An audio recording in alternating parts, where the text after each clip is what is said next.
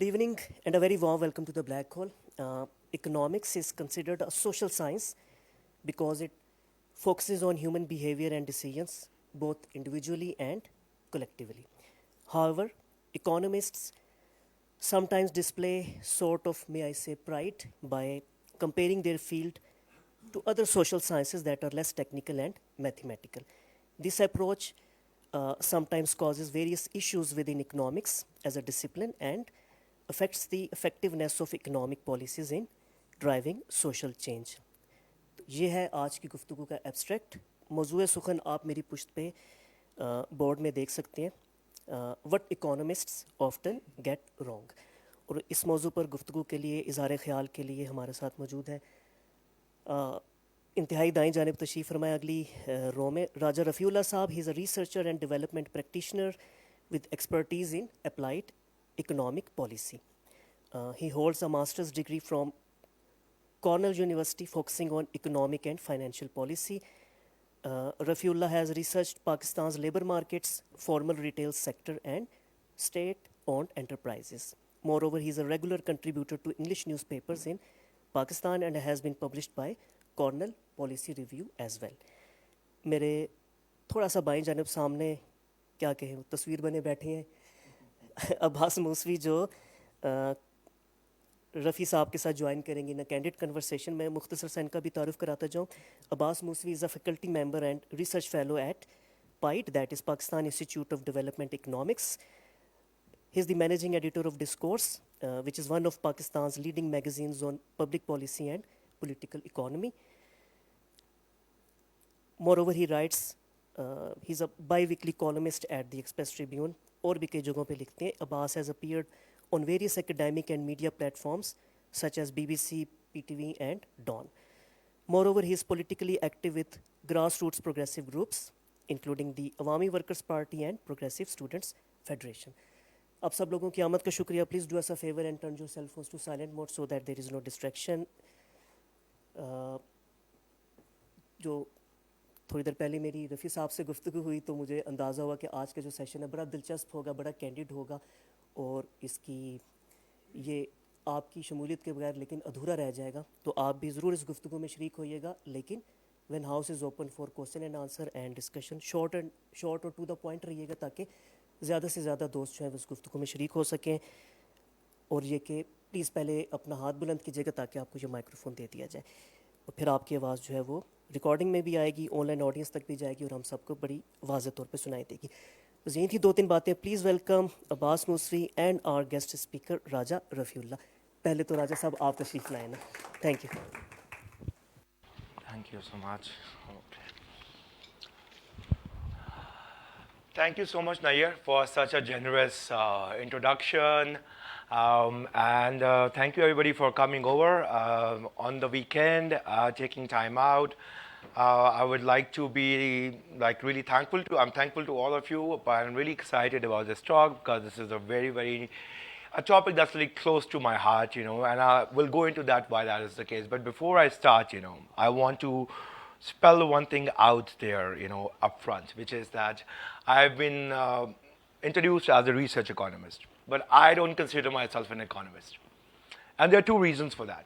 I'll tell you what are two reasons. The first reason is because I don't have a PhD in economics. And there is this kind of gatekeeping that happens in academia. If you don't have a PhD, you are not an economist. Let's say somebody who's just an MS in like Professor Hoodboy is not here. He's normally here, when I come to these events. Somebody who has just had a master's in physics, you don't call them a physicist. At least they should have a PhD or at least maybe like a few publications, to their name and so forth in national journals. So I'm not an economist in that sense. But secondly speaking, I'm also not an economist because I consider myself just a researcher,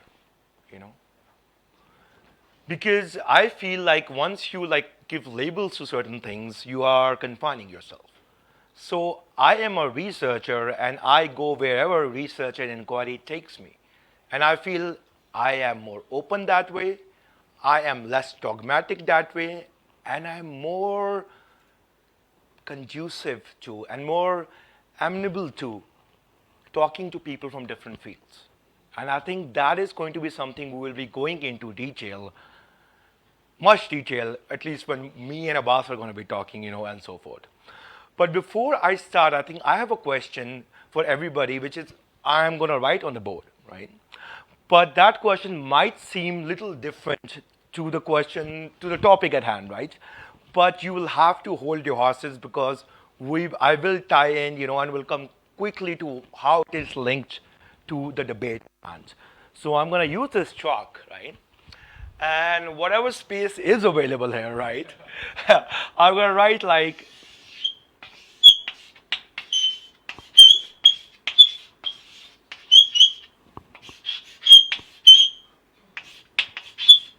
tell me, can you guys read this, what I've written? I hope it's like people can read. It says, the question is very simple. What is science? So quickly, because I know the opening like should not take too much time, but quickly, if anybody, two people maybe, in the audience can tell me what, in their opinion, is science. Anybody? Any idea of fact that is empirically acknowledged? Okay. Any idea or fact that is empirically acknowledged? Okay, empirical. So empirical is a word here, really important word. Any idea or Fact. fact, that is, the fact and empiricism, those things are linked together. Anybody else? Somebody at the back, I want somebody at the back, I don't like, I used to be one of those people, who used to sit at the back, but I didn't realize. So anybody at the back, please. Yeah. What is science? I think science is an art. We see and define things artistically. Amazing, Oh my God, that's like an entire, that is an entire like workshop on its own, because I have read so much on this, Just quickly speaking, you would be surprised how many scientists, like hardcore theoretical scientists, have this fascination with art and music, basically. But that's a different debate altogether. Maybe some other day we'll do that, and that is something like really, really exciting. But for now, let's hold. But yeah, art, because you're saying it's an art, But do you think it's a systematic art, right? Because art at times can be also abstract, And that's one of the fundamental things with art, It has to be abstract. It has to be imaginative, But science, so empiricism is there, art, But you think it's a systematic art? It's a systematic art. They follow logic, They just don't go and do anything, basically. There is a process to it, which we call a method to it. There is a method to it, right? There's a method to it, something we call the scientific method, right? We call it the scientific method. So what is the scientific method? I'll tell you something, I have read, in my early days, I was exposed to philosophy. And I was happy that I was exposed to philosophy. Before I was exposed to economics, I fundamentally also have a background in like natural sciences. I was all set to become an engineer or a physicist. Straight A's, not bragging, straight A's, high school, physics, chemistry, maths, further maths. Then like a shift in me happened, I was like, no, I just don't want to do this. Or maybe it was a rebellion at that age, My parents want me to do it, I don't want to do it, I'll do what I want to do, right? And the compromise was that I wanted to do sociology and anthropology was economics, and part of the reason was it's somewhat of a hard science, and we'll get into that. Mathematics to hota hai na uske andar. So let's go ahead and do that, and also job prospects thode better hai than maybe if you become a psychologist or a sociologist and so forth. But there is a scientific method, right? And that's a very philosophical debate. There are two different kinds of methods you follow, when you're doing logic. Because we can all agree that science, the scientific method, whatever it is logical, Logic has strong role to play in that. Quickly I'll remove this word is science, and I'll get rid of this method, but I'll write two different kinds of reasonings that we call. Inductive and deductive reasoning, right? So what are these things? I would love to open the floor for this, maybe one person, one person tell me any idea, agar nahi hai, to I'll just move on. What is the difference between inductive and deductive reasoning? No? Okay. Yeah, please. Individually reaching to some findings and then collectively Okay. deducting some idea. Let's take the mic. Yeah. Already fact existing, reaching to it individually, Yeah. then getting as a whole, generally and individually. Searching and Yeah, finding. precisely, You had something to say? Can you please pass the mic to the person behind you? Quickly. In my point of view, inductive reasoning is linked to discovering a fact, Yeah. and deductive is already established fact, Yeah. and we explore the reasoning behind that. Yeah, precisely. Systematically. Both of you have like really hit the nail, on its head, basically. So inductive reasoning is I'll give a very crude example, and like in most philosophy of science courses, people give this example, which is like inductive reasoning would be, I say, I will first go and look at observation, Let's say I see one crow, it's black. I see a second crow, it's also black. I see a third crow, it's also black. So all crows are black. Unless and until I find a crow that's pink, blue, yellow, purple, or whatever, right? Or white. Then I get questions. So, but I'm going from it could be a particular proposition, logically speaking on paper, or it could be a particular observation that I'm looking at crows, basically, right? To a general hypothesis, basically, right? Whereas in deductive logic, what I am doing is, I am going from from a general premise, and then I'm going out there and trying to confirm that hypothesis, right? I say all crows are black. This crow is black? Yes. This is black? Yes. This is black? Yes. So yeah, my hypothesis is correct, right? This is fundamentally we all do in statistics and econometrics, those of you who are social scientists or even natural scientists and so forth. But having said that, for where that initial premise comes from, okay, all crows are black, I, to be honest, have never, maybe it's my limitation, never been like fully satisfied with explanations of that. My issue is that my schooling has always been in the Western canon of philosophy. So I will give you those references, but there's so much other work, but ye wo meri apni hai, that I don't know much about that, But taking from Aristotle, deductive reasoning, coming to very like Descartes, the father of modern science, I don't know where that initial premise comes from. Maybe it also comes from experience. If it comes from experience, then this is also this, right? So what are you talking about, right? So I have never been, some people say it's inductive science, scientific methods is inductive, some say it's deductive. I think it's a combination of both things. But there is one definition of science, the scientific method, that really appeals to me, and I hold true to it to this very day. This is by a philosopher called Karl Popper. He was a philosopher of science. Again, Baki Zada, there would be people in other canons, Eastern, Western, although I don't believe in East-West divide and so forth, that people who have done work on that. But Karl Popper said, without going into much detail, in his seminal work on differences between science and pseudoscience, that the main difference is that science is open to what we call falsification, right? This openness, not only openness, actual entire enterprise is driven by this. Okay, this is my theory, I have tested this, and these are my results. Now you go ahead and disprove it. And that desire for all the researchers around the world to get together to disprove it, and then until you disprove it, my theory is the valid one, right? So this is, I think, the strictest definition, one of the strictest definitions of what is science. After this long tirade of talking about what is science, let's come to the topic at hand.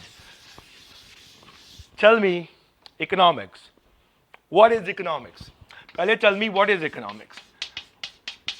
Now somebody has to if you are like here thinking about economics, tell me what is economics? What is economics?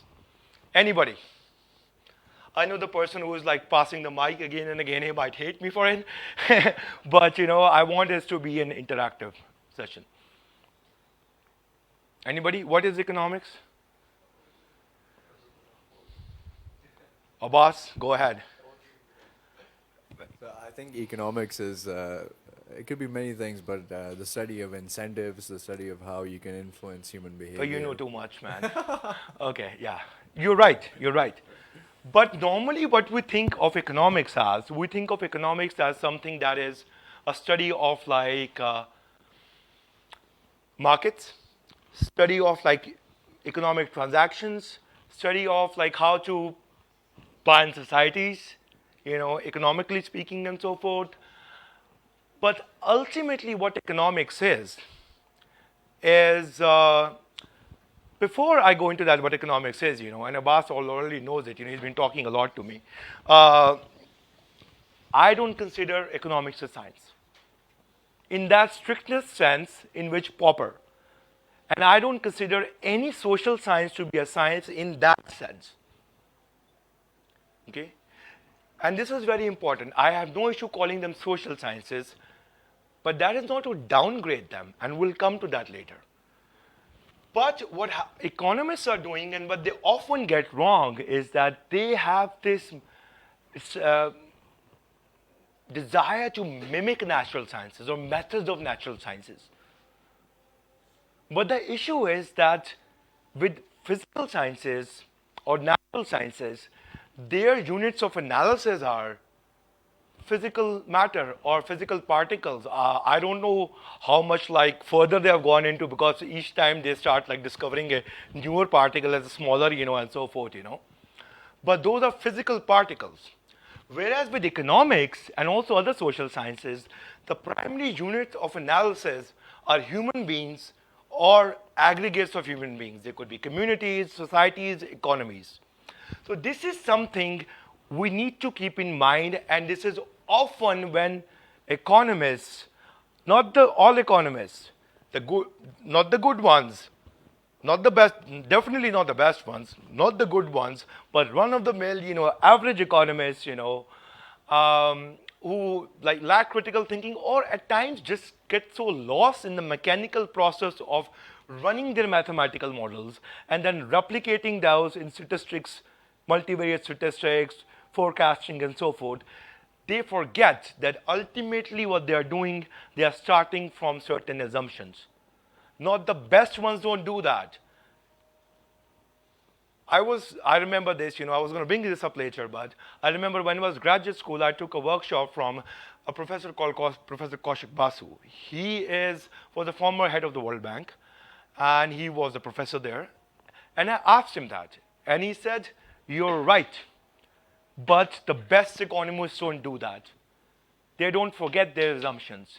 Because at times it happens is when you are too involved in the mechanics of something, the technical details of something, crunching numbers and so forth, you might forget that you started from certain things. Why I say that? And what is the most certain thing, that assumption we start from in economics? Here I'm going to bring in, and I'm getting very closely towards the end of, because I see Abbas wants to talk, he's brewing, sitting there. Let's talk about consumer theory, okay? Consumer choice theory. This is like microeconomics 101, or actually intermediate microeconomics, right? What is happening? Let's say there we have these. This probably is the Cartesian plane, basically, right? This is like x, y axis, for instance. I have apples here, and I have oranges here, right? Apple and oranges. So what happens is like, it's very intuitive, basically. I have a limited budget, the amount of money that I have. So this is my budget constraint. Don't think too much about it if you don't get into technicality. I'll explain it. It's very simple. This is like the limit, basically, of what I can spend. I can spend all in here, right? Then I have my indifference curve, which is like, yeah, what is indifference curve? It is just my choices. All the choices on this curve are the same, basically. And what are these? These are combinations of apples and oranges. How many apples and how many oranges give me the same utility, what we call them. And when you maximize these two together, right? When they're tangent, basically. This is when you say, given my amount of money that I have, this is my optimal level that I can do. For instance, if you were to go here, you can't afford this, obviously, because this is your budget constraint. Yeah, aapke paise hain, this is what you have. You don't have more than that. If you are like consuming here, obviously you have more money left, and you're consuming less. There's always a chance you can consume more apples and oranges and be happy. That's the assumption, right? So it's all, it is maximized. Your utility or happiness or whatever, gain is maximized when these are like basic consumer theory. Same is the case with producer theory. For instance, but that's the flip side, which is like you have to produce goods, but you have to minimize costs, right? And if that is the case, these curves just get replaced by other fancy names, Instead of maximizing, you are minimizing. There's like very basic people who know calculus and so forth, who are like Cal 101, or maybe natural scientists, they would laugh at it, basically. What we use is the Lagrangian multiplier equation. We set it in a different way when we are maximizing utility for consumers, or we set it up in a different way when we are minimizing cost for producers. But all of these things, there are underlying assumptions. And what is that assumption? That is what I want to get into before I call Abbas, is that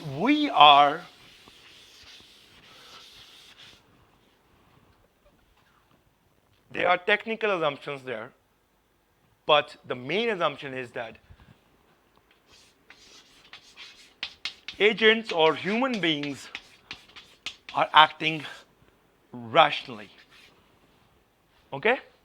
So if there is like a bundle of good that gives me apples and oranges that gives me 10 utility, I will always choose, and there's one that gives me 8 utility, I will always choose the one that gives me 10 utility because I'm a rational agent, right? Given obviously my budget constraint, whatever the constraint that I have.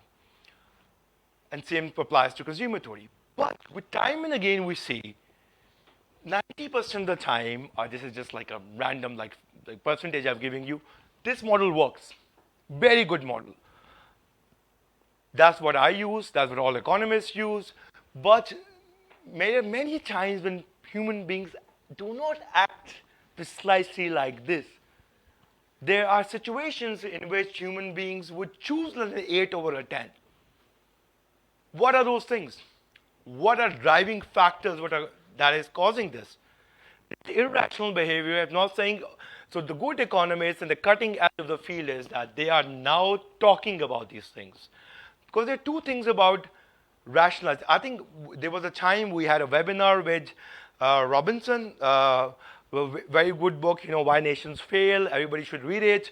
And I asked him this question, and he said, you're right about irrational behavior. He said, we as economists, but generally as social scientists, are not really good at it, making sense of it. Because there are two ways of looking at it. The first way is that you can be nihilistic and say irrational behavior is irrational behavior. Okay, we can't do much about it, we can't make sense of it. Let's go home, let people kill each other. We can go have popcorn at home and so forth, end of story. No inquiry there, right? But there's the other school of thought, in which I lie, which is that it is possible to rationalize is a bad word, right? Make sense of irrational behavior. Right?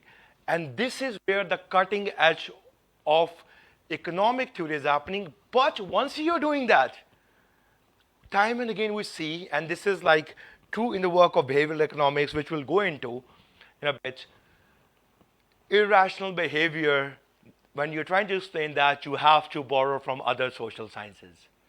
You have to borrow from psychology. You have to borrow from anthropology. You have to borrow from sociology. And that is the openness. That's why I started saying I'm not only an economist, I'm a researcher. I'm open to listening to a psychologist because it might give me a clue on why these people are acting irrationally. And this is the ultimate thing. So economists often get wrong, but they often don't also get wrong. The good ones, the best ones, and those are the ones we should be reading, and those are the ones that I like to read. Thank you so much for your time, Abbas. Maybe we should have a candid discussion now.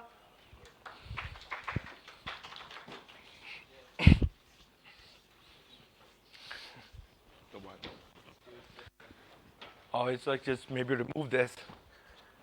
This is like words of wisdom. I charge for these, I'm a consultant too.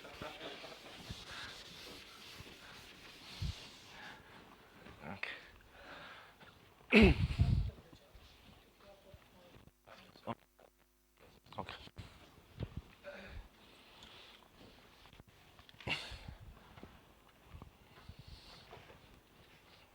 Thank you so much, everybody, and Rafi for such a great opening. I think we covered. Am I audible? Okay.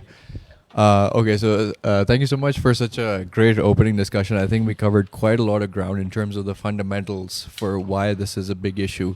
Now, you might be wondering why this is important.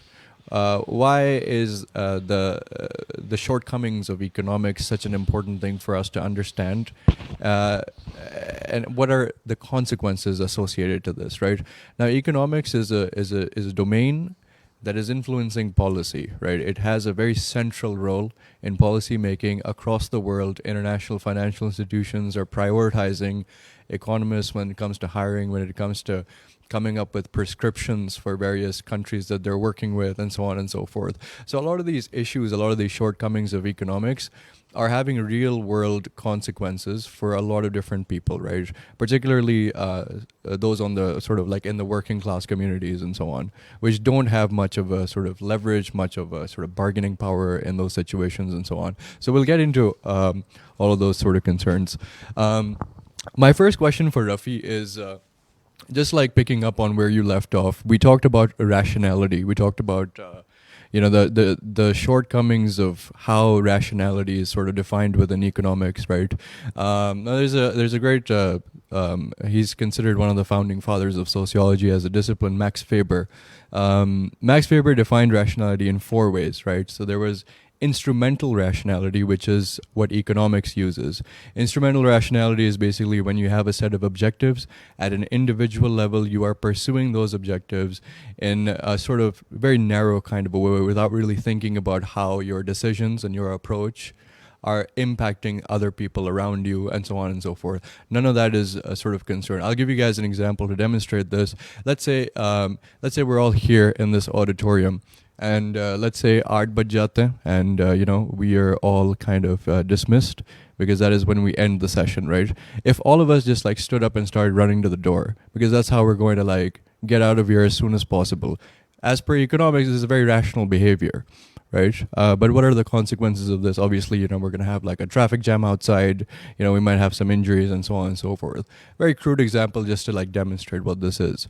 Max Weber had other definitions of rationality as well, which include, tradition, for instance. You might not understand why you are doing something, but because it is so sort of, it's part of your culture, it's part of your tradition, you will continue to do those things because as per Max Weber, these were serving some sort of important societal functions, right? And you will continue to do those because that is also rational, right? You might not understand why, but because it's been going on for such a long time, it just makes sense to be doing those. Another form is emotional sort of rationality. For those of us who have read evolutionary theory and so on, you might be familiar with this. But like back in the jungles and so on, when an ape would experience feelings of anxiety, that would generally indicate that there were some dangers nearby that had to be sort of anticipated and responded to. and that is the emotion is what is driving that behavior. So that is also a form of rationality, and so on, right? So Rafi, my first question for you is, how have we come to this point where within the sort of discipline of economics, we have this one narrow sort of vision for what rationality means, and how can we sort of address that? I think it's a very deep question, and it's a good question. And I think, first of all, I think before I go into telling you about the new things that are happening, because there's a lot of cutting edge research that's what's happening, cross disciplinary research, I would like to put one thing straight. I think the rational model is like immensely powerful. Most human beings act rationally, given the right set of conditions. The rational model, if your entire purpose is to diss on the rational model, you are misled. That's what I feel. It explains a lot of human behavior, in not only at an individual level, at an aggregate level. But there are certain times in which there are certain driving factors which affect people to deviate from acting rationally. And in those circumstances, they act irrationally.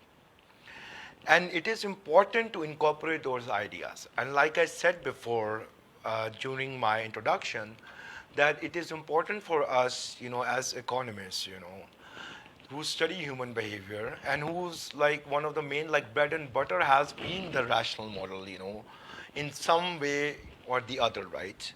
All the way from Adam Smith, to like Keynes, to let's say John Nash, and we'll go into that, for instance, what are different things. This is what happens, rational model works, but there are certain times it doesn't work, for instance, and it is then important to look at other social sciences. And I feel that there is already great work being done where at the intersections of, for instance, psychology and economics. And there is a subdiscipline in economics. It's not even, I would not say growing, it's already grown to a point, it's like so powerful. It's called behavioral economics, Richard Thaler, you've probably heard of him, nudge theory and so forth. It is basically Cass Sunstein. These people won the Thaler won the Nobel Prize, I think, in 2017, I think. So there is a concept we call either limited or bounded rationality. So that is like, say, okay, either you can be nihilistic, it is irrational behavior, or you can make sense of it.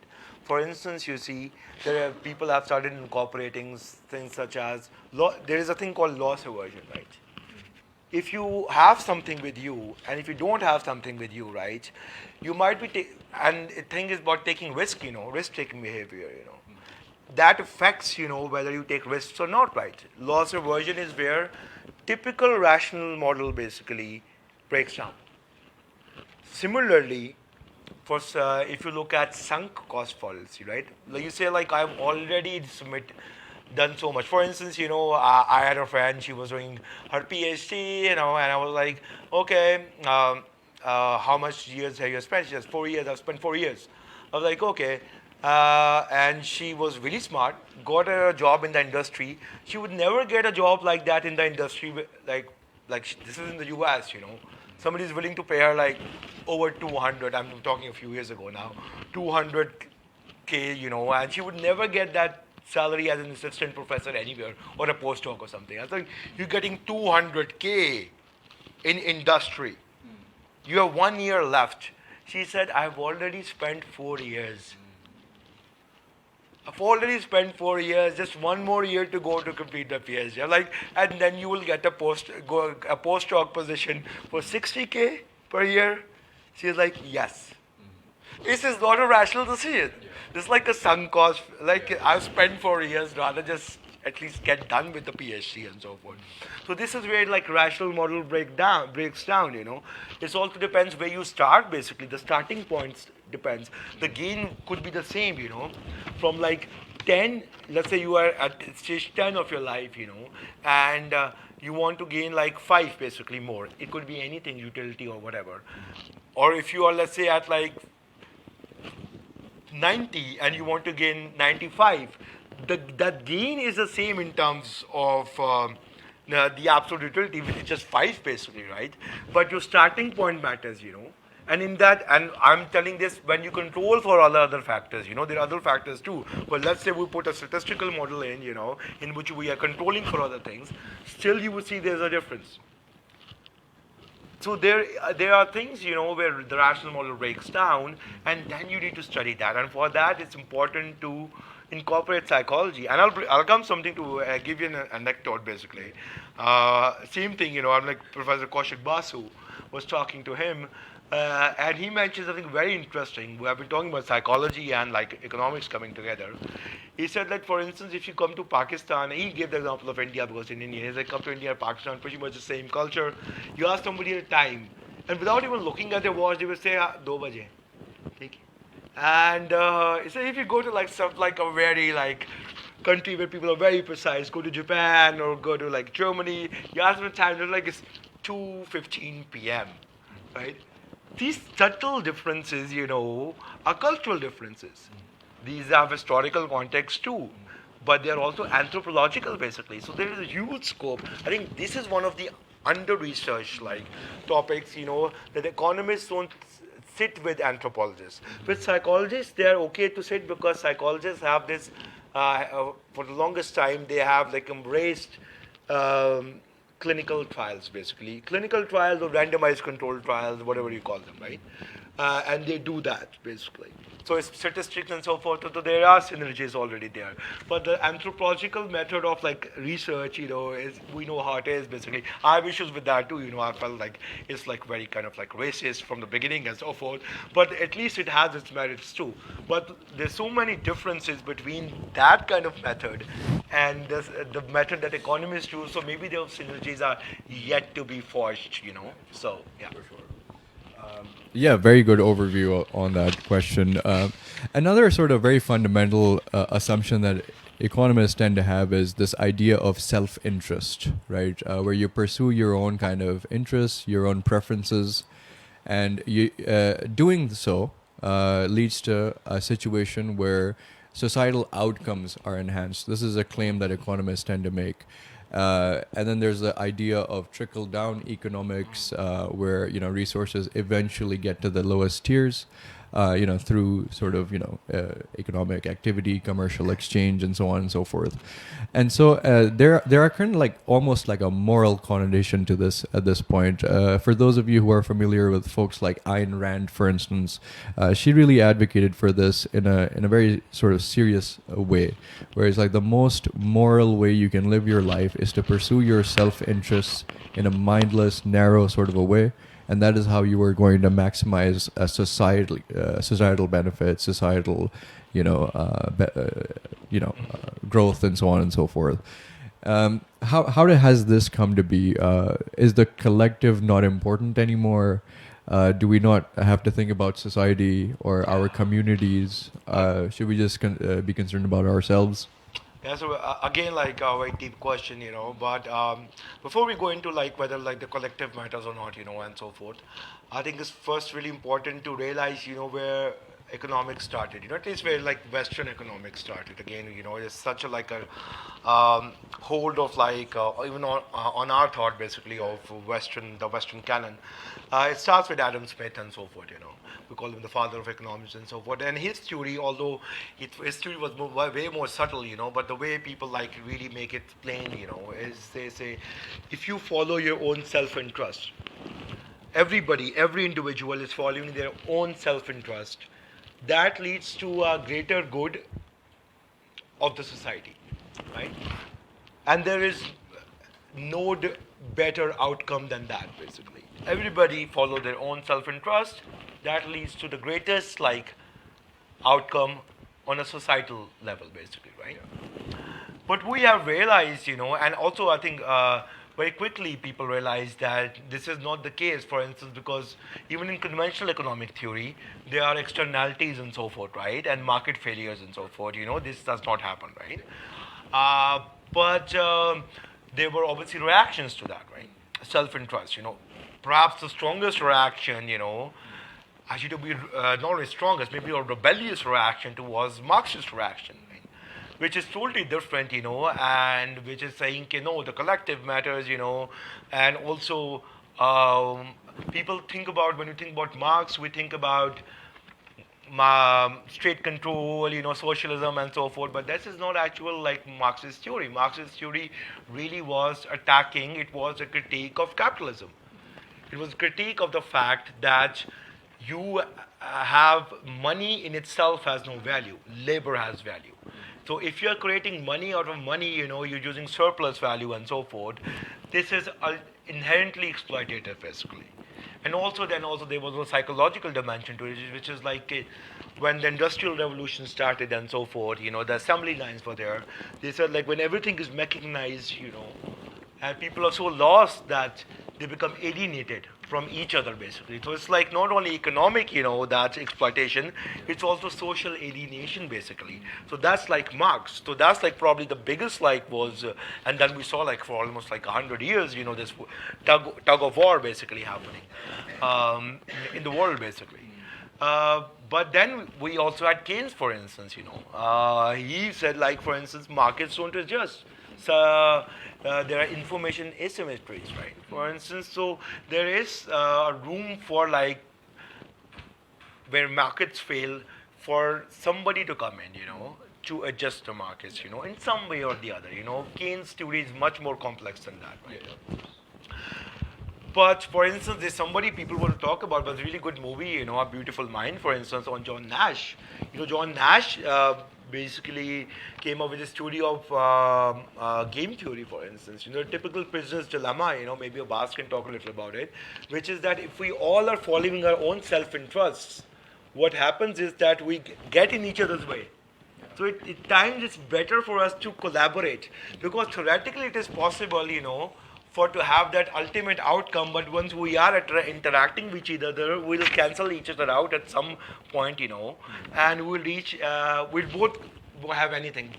But if we were to cooperate, we will like reach a compromise, and that is what we call an optimal solution, for instance, this is, for instance, also a very different way of thinking, which is very revolutionary to saying everybody following their self-interest leads to the greater societal good. So that is all thing. But coming to the collective thing, I think collective matters a lot, For there is inherent, without going into political science, I think you want to go into political science always, I know it because of your background, but there's inherent, first of all, there has been a link between liberal democracy and conventional economics, free market economics and so forth. But even within liberal democracy, there is a contradiction. The contradiction is that liberalism, philosophically speaking, champions individual rights, whereas democracy, by its inherent nature, is a collective endeavor, right? So there's always this tension. There's always this tension, like where to, you have the social contract theory and so forth, all those other things, that were like forerunners to like the modern liberal democracy and so forth, So there is always that tension there. What is more important, the individual or the collective? So, but I think it's really important for us to realize that cooperation is also important, and I think we have realized this, unless you are a very hardcore economist who just believes in like free markets, self-interest and so forth, but I think that is more of we might go into that, more of a business economics problem where like these, like people on the Wall Street with suit and ties basically snorting powder and so forth, they just think, the top of the world, self-interest is everything, But this is not the case, with economics, there are people who realize that cooperation is important, both at individual and aggregate levels, and there are collectives, which also need to be factored in. Just to sort of continue on that, this is from Francis Fukuyama, if you guys are familiar with him, who at the end of the Cold War, after the Soviet Union was disbanded, he made this grand sort of declaration of the end of history at that point now, by which he meant that all political systems were now, this debate about political systems was over, and liberal democracy was going to essentially reign supreme from here on forth, right? And as Rafi very rightly pointed out, that these are opposing forces. Primarily also because it leads from a situation where it's one person, one vote to $1, one vote. Whoever has more money is going to influence electoral outcomes all of a sudden. Right? And we see this in countries like the US right now where, big corporations will be heavily involved in sort of backing certain candidates, getting them into Congress and using them to push policies that are in line with their corporate interests. Right? And so this is primarily why we are seeing today the rise of populist leaders around the world, the likes of Donald Trump. In India, there's Modi and so on. Is the discipline of economics cognizant of this? Are there any particular sort of thinkers who are highlighting this issue and maybe proposing a sort of alternative pathway where we can begin to address these issues? I know Piketty has written a book on rising levels of inequality, but other than that, if you have any comments. I think the biggest comment I would have here is that, for instance, coming back to irrationality, basically, for instance, that we have to make sense of irrational behavior. For instance, and we cannot have escapist like arguments, in which we just say, okay, this is people are like this, people are like that, for instance. For instance, like you give a good example of rise of populist leaders and so forth, Well, rationally, even somebody who knows, that they are let's say they're going to give tax breaks, let's say Trump is going to give tax breaks to big businesses and so forth, but yet like a farmer who's probably going to be harmed, by his policies in rural Virginia or something, he ultimately at the end of the day goes and votes, for Trump. It's irrational behavior in a pure economic sense, but we cannot just dismiss it by saying he's racist. We have to see what's driving that, what's anthropologically has driven that, what sociologically has driven that. So those things are really important for us to understand. I think political science is one of those things, and I think we should go into this, how this has crept in, for instance, which is a good thing. I think which is a good thing, Abbas might disagree with me, that in many disciplines, like political science is one of those disciplines where empirical research and use of statistical models, has crept in, and from economics, and other fields too, use of statistics, and that is also helping a lot. And people are studying human behavior, also particularly on climate change, for instance, why climate beliefs are like what they are, for instance, So those things are really important too. So I think, yeah. Sure. You mentioned climate change, so just on that, one of the sort of assumptions of economics is also, I'm specifically referring to the conventional sort of neoclassical school of economics here, that growth is the ultimate objective, regardless of anything else, regardless of the sort of collective cost of this. We are on the verge of climate catastrophe today across the world. We see a lot of evidence of this. But economists will still sort of double down on this idea that growth is the ultimate objective. We have to maximize national income, we have to maximize GDP, and we have to do anything it takes to achieve that. The sort of consequences of this, it can't possibly be overstated, right? Any comments on that, Rafi? So yeah, climate change is a big issue, but I would like to say, for instance, there are costs obviously to attached to climate change, and on a global level, and some countries are affected. Obviously, we know about the debate and so forth, disproportionately, and particularly countries that have caused are less to blame for this, are affected more disproportionately. Like Pakistan and so forth. I personally feel, theoretically speaking, as economists, who I talk to, who I have read, they always account for the cost of climate change into their models. So it is, I don't think, more of a theoretical economics problem, right? The costs are always accounted for because they know, because their projections are happening over decades, or at least 50 years, and so forth. Those are the projections that they do, and they factor in, the good economists, they factor in the climate degradation, and also sustainability is factored in. But I feel like what you're talking about, this pursuit for growth, basically, it is somewhat of an applied economics problem too, because let's say multilateral like organizations, or even like countries themselves, they have set targets. We have to achieve this much GDP growth in like 1 year, second year, third year, fourth year. We have a 5-year plan. Then there's like, okay, we don't have time to like shift to green energy or something, or like think about these things. Just whatever we have, use this source of energy and do it, achieve growth, in whatever way possible. So it's an applied economics problem, but I personally feel it is, like you also mentioned, it is most probably, not probably, it's evidently a business economics problem, which is like these businesses, big businesses, they don't care. Honestly, there's a lot of green, I know there's a lot of good work that's been done in sustainable finance and so forth, but generally speaking, it's in its nascent stages. And it's not, mainstream right now. They don't care.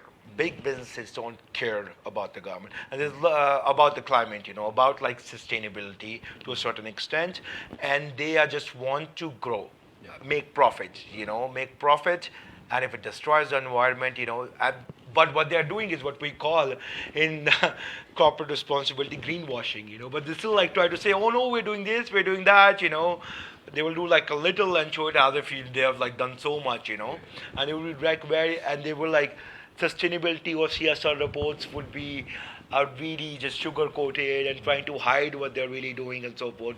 This is it. So I think it's a business economics problem, but this pursuit of growth and profit, applied economics problem too, because countries also have to meet targets, If Pakistan gets a target from the IMF, you have to achieve this much growth, also, but or somebody else, not IMF, let's not make, even like internally, they say, okay, we have to achieve growth, there are no businesses, people don't have enough to eat, let the climate, बात की बात में देखी जाएगी, ठीक है? But I perceive it's a business economics problem. So yeah, that's my 2 cents on it. We talked a little bit about hyper quantification. What are the consequences of hyper quantification in the social sciences? When economists try to isolate certain instances and they try to look at what is the effect of X on Y, is that even achievable? And what are the potential consequences of this? And you talked a little bit about behavioral economics, for instance. Could you elaborate a little bit on how behavioral economics is sort of challenging that? Yeah. I think it's a very good question. I think that's one of the first questions, we thought that because what economists often get wrong, the hyper quantification. And I think before I go, I think it would be a good idea once we're done with this question, maybe we should open it up, So hyper quantification. I have got nothing against hyper quantification. I love hyper quantification. I love maths. I don't love maths, but I know it's important, right? I love statistics. I like certainty. I don't like things up in the air. But having said that, my issue is that to conflate hyper quantification with saying that something is objective is wrong. Because these are two different things. You could have statistical models, you could have like all of those things, you could have like not even statistical models, you can have theoretical models, economic models, so forth. Statistics is more like applied, basically, you go and see, You can have all of that. But what happens is that if you conflate that with objectives, say like, oh no, I did this, I have this model, and then I collected data, and then I ran this regression analysis, the fanciest of the regression analysis. And now this is evidence. Objective evidence. Call it evidence? Yes. Call it objective evidence? No. Not in social sciences. Okay. Because in social sciences it's context driven, and I will tell you something, I work with economists, all the time, and there are certain times people work which should never be done. They work backwards. What is like if they get a model and they're not getting the right coefficient or the right result, they would change the setting up of their model, the functional form of their model. to make it like more in line what they actually expected in their hypothesis and so forth. So that method that we're talking about, that you have a hypothesis, I think one of my professors, I think he was really said something to me once, and it has always struck with me. He said, having no significance, I've been getting technical, having no significance level or no effect is also a result, my friend. So be okay with that, Don't go back and fix your functional form to get some kind of effect, But, many economists, and particularly I would say many economic students, are guilty of that, right? Maybe not good economists should have been the case. They get okay with that if they have no result, but somebody has spent 5 years doing the research and they don't find any result of it, and they say, okay, let's do something naughty. And somebody who studies econometrics, I know you can do naughty things to actually get a result, right? Or somewhat of a result, So that hyper quantification, I'm in favor of this. I'm in favor of quantification of like social sciences, but in a balanced way.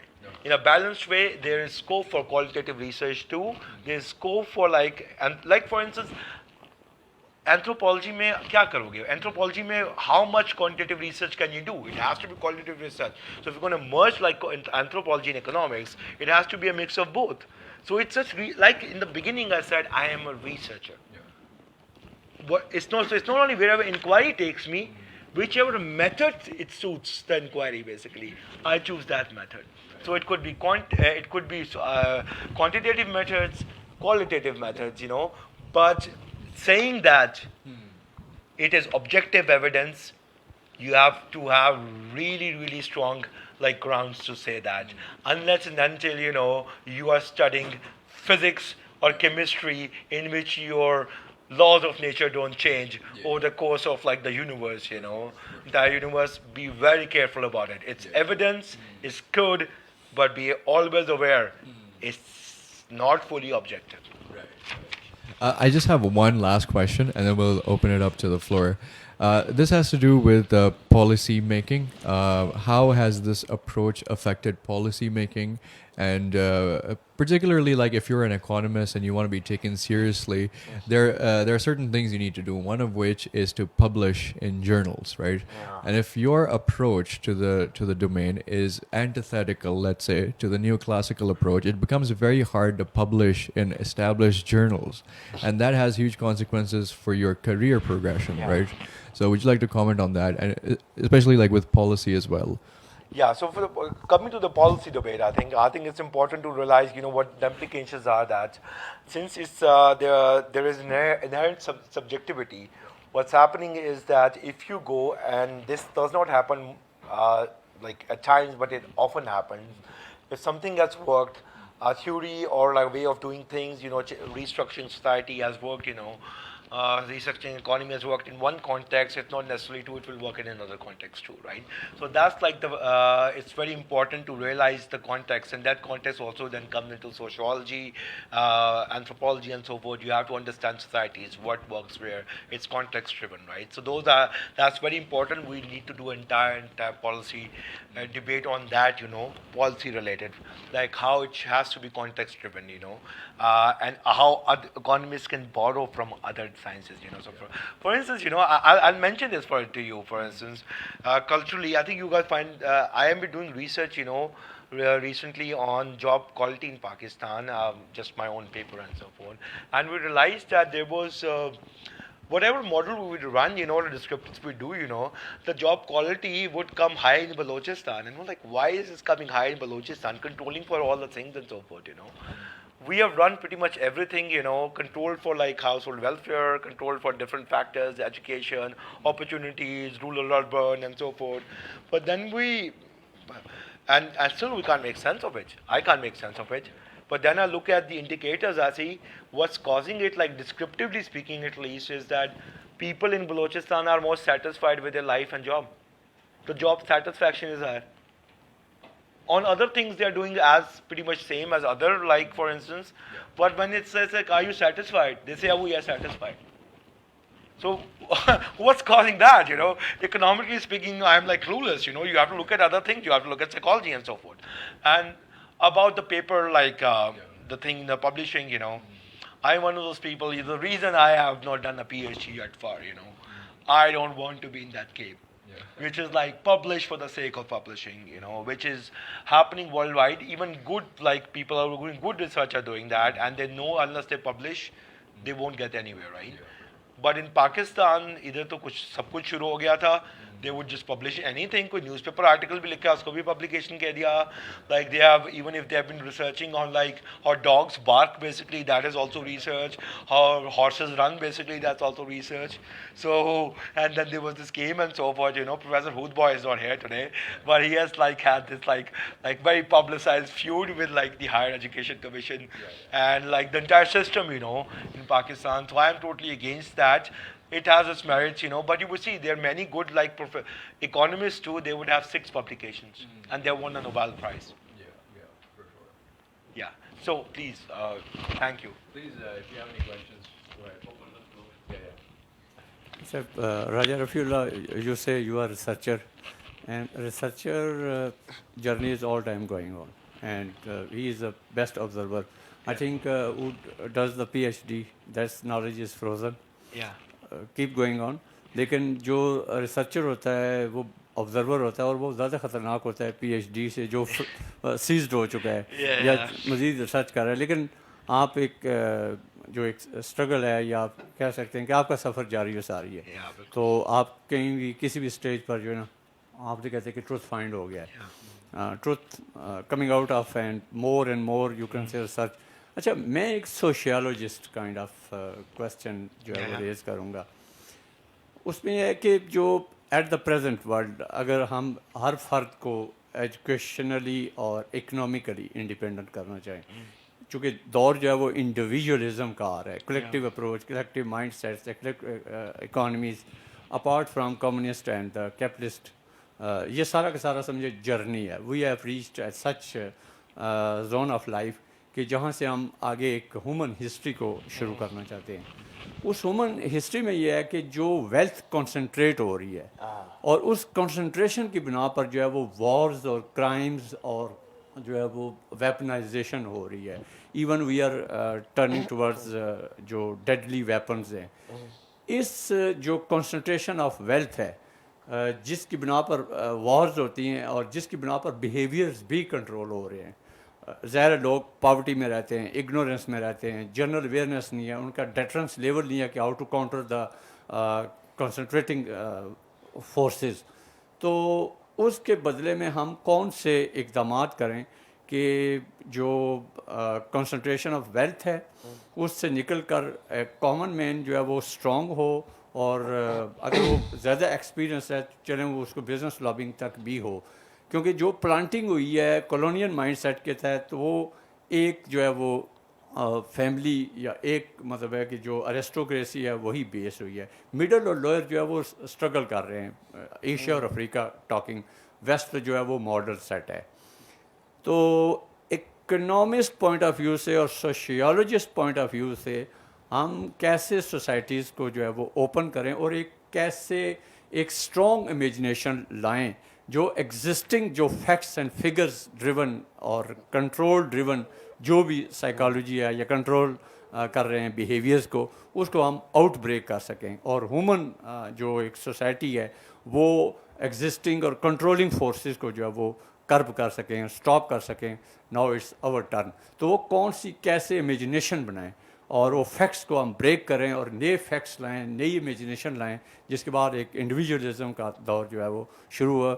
इसमें economist का role हो सकता है, लेकिन मैं economist को वही कहूँगा कि पॉलिसी मेकर्स और वर्ल्ड जो पॉलिसी मेकर हैं या थिंक टैंक्स हैं जो चीज़ों को जो है वो स्टॉप कर रहे हैं और चीज़ों को मज़ीद कंट्रोल कर रहे हैं. क्योंकि मटीरियलिज्म जहाँ भी होगा एडमिनिस्ट्रेटिव अप्रोच जितनी भी होती है वो यही होती है कि ह्यूमन सोसाइटीज़ और ह्यूमन माइंड्स को इमेजिनेशंस को कंडीशन करते हैं. कंडीशन ना करें तो वो आउट ऑफ कंट्रोल हो जाएंगे या फिर they will be topple down. तो हम कौन सी इमेजिनेशन लाएं जिसकी बेस पर हम जो है वो इकोनॉमिस्ट की और जो कंसंट्रेशन ऑफ वेल्थ है उसको एड्रेस कर सकें और इंडिविजुअलिज्म आगे आ सके. देखिए हम जो है ना एवरीबॉडी जो है वो एजुकेटेड भी हो और एक उसकी इकोनॉमी इंडिपेंडेंट भी हो. वो लिबरलिज्म की सेंस में नहीं आपको जो मुझे लगी है जिस सेंस में आप कहना चाह रहे हैं वो کہ basic rights even like access to like wealth and prosperous life ہر کسی کے پاس ہو. ہاں کانسٹیٹیوشن ختم ہو جائے, انکوالٹی کا ختم ہو بیسکلی. لیکن we are in pickle basically. بہت بڑا مسئلہ ہے ایک. وہ مسئلہ یہ ہے کہ ہم جو ہے نا ایک وقت ایسا تھا کہ دو بہت اپوزنگ فورسز جو ہے نا کام کر رہے تھے. ایک طرف جو ہے لیفٹسٹ موومنٹ بہت اسٹرانگ تھی, ٹھیک ہے. Growing up, I was, یہ میری personal, maybe it should not be part of the debate, I was like also a leftist. I still consider myself leftist leanings ہیں میری, ٹھیک ہے. So to a point, I was like a hardcore Marxist. I used to hate sitting in an economics class, because I would say, what the hell are they talking about? I'm sorry for my French, but what are they talking about, right? So, but then I realized that there has to be a common ground, right, between the two. Still, most of my friends are like people who are from the left, I can't sit with like a hardcore capitalist, because I can't stand them. لیکن میں کہہ رہا ہوں theorist سے نکلے theorist جو ہے وہ کنڈیشن کر رہے ہیں. اب ایکسپیریمنٹس ہو چکے ہیں, تھیورسٹ بیس پر معاشرہ اوپن ہو گیا, but next course of action I think next وہ بالکل تھیوری سے لگا نہیں ہے. میں کہتا تھیوری سے زیادہ جو ہے نا, بٹ ٹھیک ہے عموماً جرنی ہوا ہے, have been going through, communist بھی آئی, کیپٹلسٹ اکانومی بھی آئی, ورلڈ آرڈر ہے اس کے مقابلے میں. بٹ آئی فیل لائک ساری تھیوریز کا جو ہے نا پریکٹیکل امپلیکیشنز بہت اسٹرانگ ہوتے ہیں, ٹھیک ہے. تو سوشل آرگنائزیشن جب آپ کی ہوئی تھی, ابھی یہ ہوا کہ وہ لیفٹسٹ تھنکنگ جو ہے نا وہ ڈاؤن چلی گئی, ٹھیک ہے. منسٹری ختم. میرے حساب سے ابھی یہ کرنا چاہیے ہمیں. آپ چاہتے ہیں پریکٹیکل اسٹیپس بتائے جائیں, سب یہ پاکستان میں بالکل پالیسی میکنگ اسٹیپس بتائے جائیں تھیوری سے نکل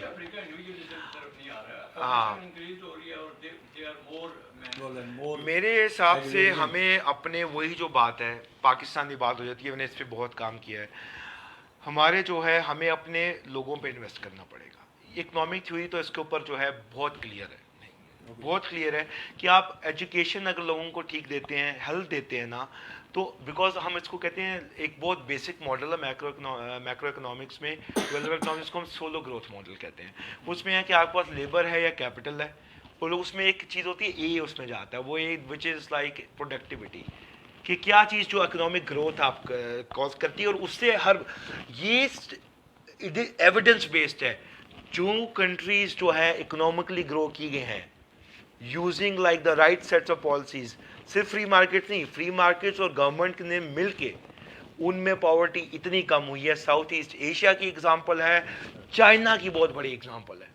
چائنا نے جتنے لوگ پاورٹی سے نکالے ہیں in the past like half century or so, even like less than that, you would be surprised. There is almost zero poverty in China now.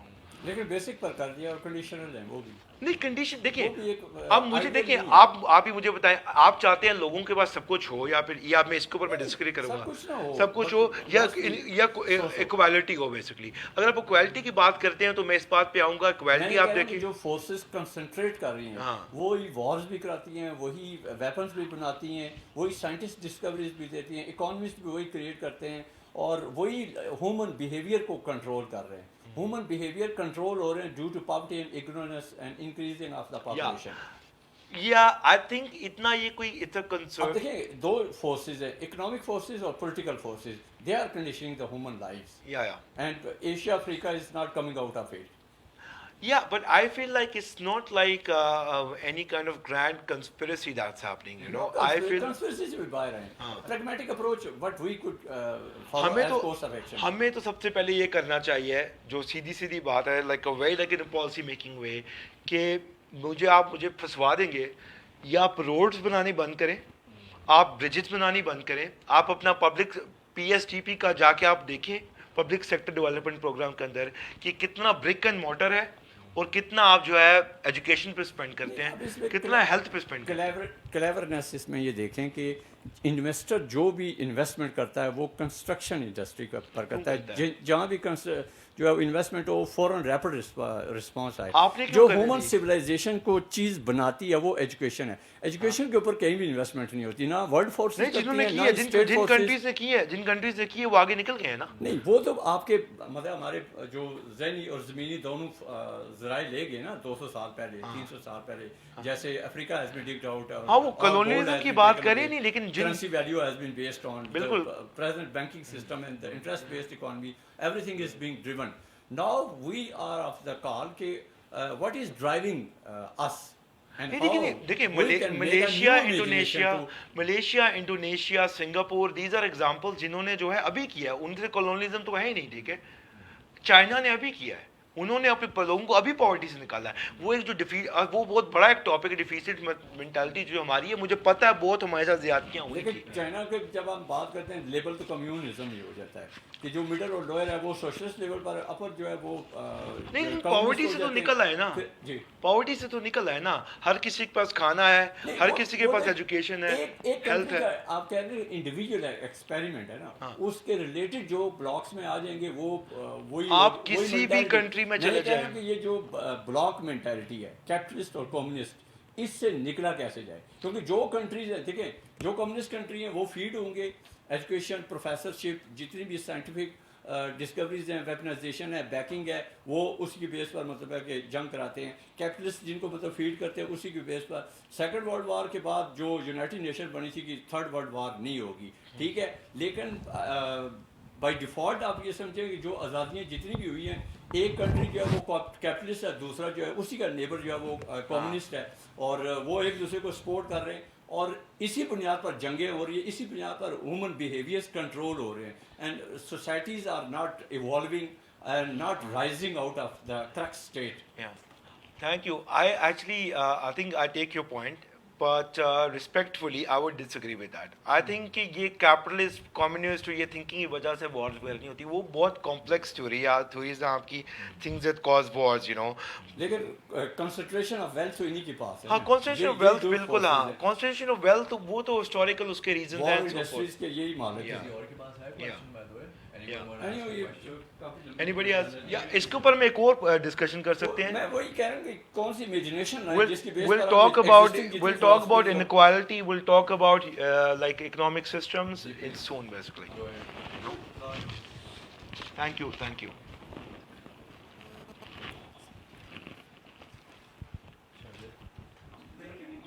चल, दो हमें ऑनलाइन क्वेश्चन है, वो मैं आपके रूबरू पेश करता हूँ। एक साहब पूछ रहे कि how much does individual decision making impact larger economic trends, यानी जो मैं समझूँ फिजिक्स में हमारे केओस थ्योरी होती है ना कि वो नीचे दर्जे से बहुत बड़ी तब्दीली आ जाती है। अभी तक हमें यूँ दिखाई देता है कि मुआशी निज़ाम जो है वो ऊपर से ही आ रहा है। ये जो मैं इनका क्वेश्चन पिक कर सकूँ, your take on it. Can you please repeat the question? कह रहे कि how much does individual decision making can impact larger economic trends. Okay. Individual decision making always affects larger economic trends. You know, that's like ground up basically, theoretically be or practically be.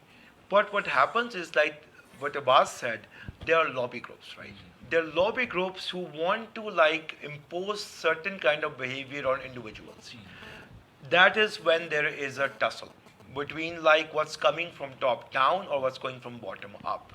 And this is not only in economics, we're also talking about in very complex international politics or global politics or national politics, you know, for instance.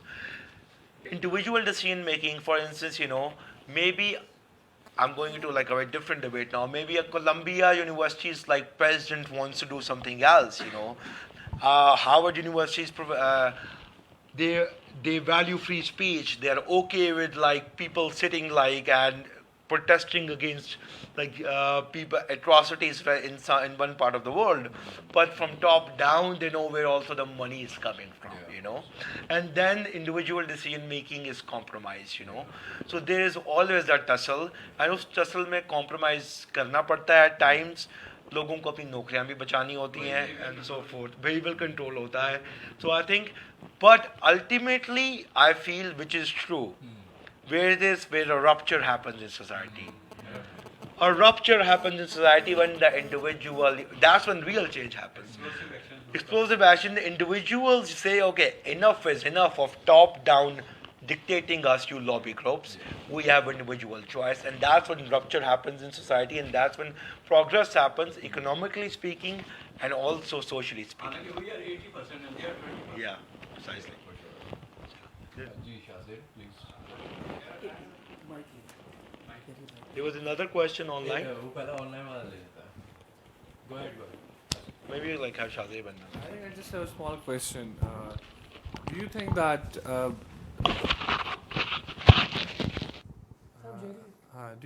ये जो Bretton Woods system and the World Bank and the IMF, you have worked in one of them.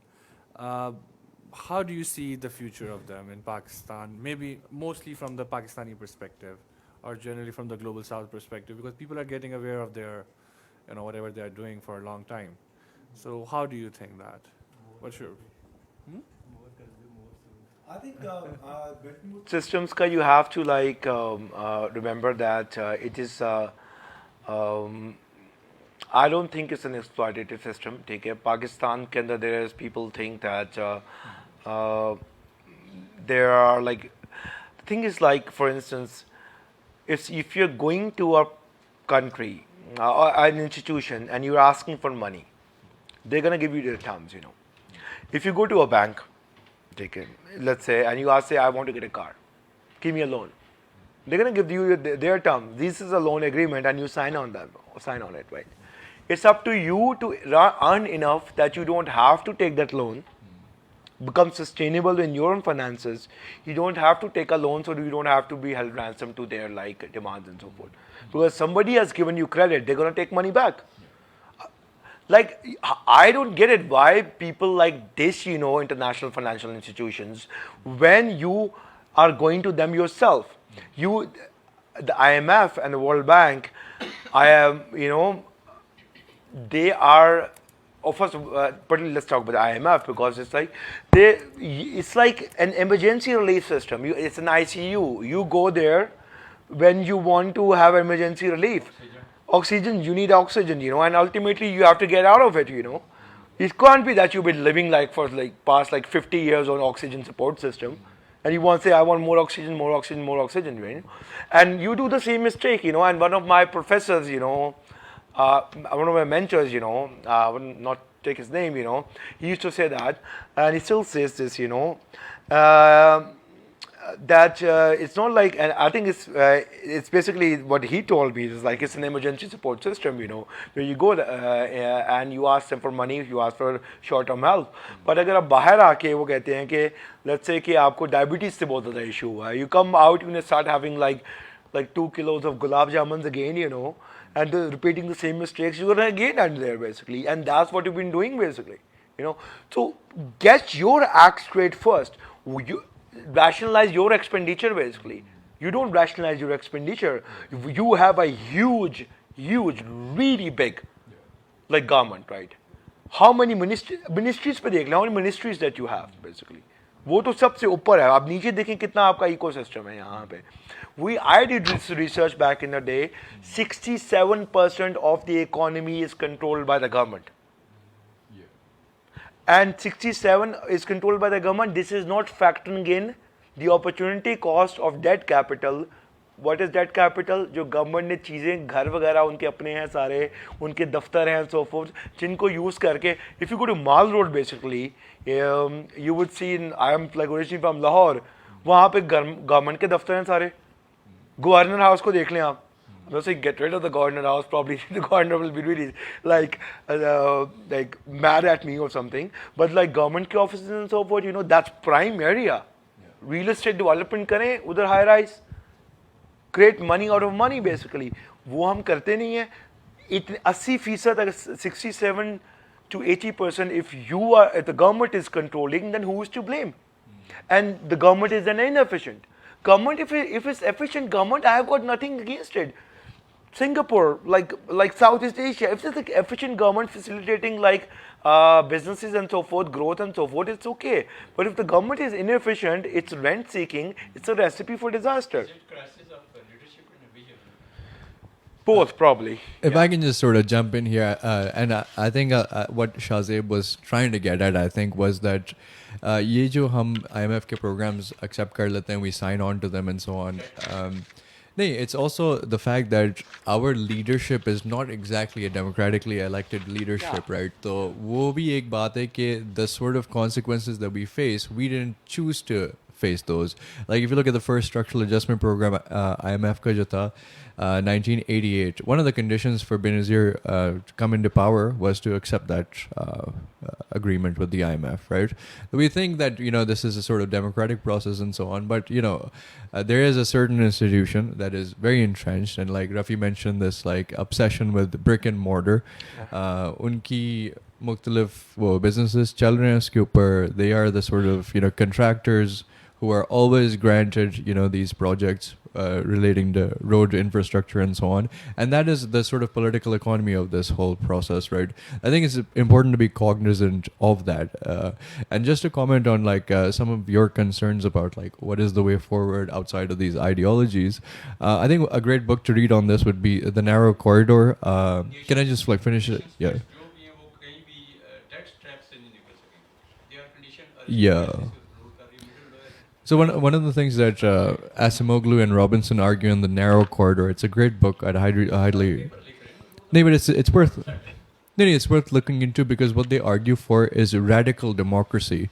Not just going to the polling booth every 5 years and dropping a vote, but radically democratic institutions. You have free trade unions, you have student unions, you have a vibrant civil society that is not just sort of operating on the whims of whatever multilateral agency is supporting them, which is the case in Pakistan, by the way. हमारी जितनी भी civil society organisations है, किसी ना किसी donor agency को पकड़ा हुआ है उन लोगों ने, and they are just sort of advancing their agendas. This is not an organic process. दूसरी आर्ट्स एंड कल्चर हो गई. We have Pasoori, we have people like Arooj Aftab nominated for Oscars. Joyland was nominated for exactly. Mola Judge, the sort of records that broke in the box office. I think we need to stop seeing the sort of arts domain as a peripheral activity. I think we can generate a lot of economic sort of benefits from this if we start to take those seriously, and that is how we move towards a society that is democratic in its fundamental functioning. Abhi jo situation chal rahi hai, like we have the security apparatus just sort of controlling everything, really. And if that never changes, we can't really hope to ever break out of that cycle. Rafi, you want to comment on that? The economic cycle, can you repeat that? I just zoned out. On the security apparatus, yeah. On the security apparatus here. I think like the thing is like Obviously, we're talking about private security. I think there's a lot to talk about. I think there was another question, right? Oh, I'll go into that. There's another question. कोई इस मौजू को समझने के लिए या मुईशत या उसका दुनिया में जो रोल है उसको समझने के लिए कुछ किताबों की कुछ सजेशन दे सके, मगर वो कह रहे हैं कि confessions of an economic hitman के अलावा दीजिएगा, वो हम बहुत मरतबा सुन चुके हैं. I think there's a book called The Cult of Statistical Significance, basically. I think that's the name. You should read that. It's a very good book on like how we use stats, to say, oh, everything is statistics, but at times we have these confidence intervals, and like margin of error and so forth, which we should also be cognizant of, but I think narrow corridor you're talking about, that's how our societies evolve, basically. Why nations fail. But Nudge, the book on Nudge, basically, behavioral economics, Thaler and Sunstein का work बहुत पढ़े आप. Richard Thaler and Cass Sunstein. Richard Thaler won the Nobel Prize in 2017, I think. He has done really good work on behavioral economics, where it is basically where they're trying to see where human beings deviate from rational behavior. So that's really good. Like read that. One book I can recommend on that is on the nudge theory, basically. That. Yeah, controlling the uncontrollable and so forth. Yeah. And if you really want to look at bringing in how the scientific mind works and so forth, not related with economics, one of my favorite thinkers or scientists, of all time, characters of all time, Richard Feynman. Go and read like you are surely joking, Mr. Feynman, because that will introduce you to a way of thinking in which you question everything. And if you question everything, it will lead you to different places, and it will make you make new friends and also a few enemies, which is important. So if we don't have any other more questions, because we have to wrap up, because I think pretty much I have work to do, you guys have work to do, but we had so much fun, you know, we could have had more fun. I think when me and Abbas were like coming here, we discussed like a poet, I think his name is Robert Frost, right? Robert Frost, you know, and he says that, I think Wright Frost has this very famous like poem, you know, which says that we can continue, because we can continue for a long time, and it's really interesting, and the woods are dark, lovely, and deep, but we have promises to keep, so let's end it. Yeah. Yeah, thank you, everybody. Thank you so much. Thank you so much. Thank you.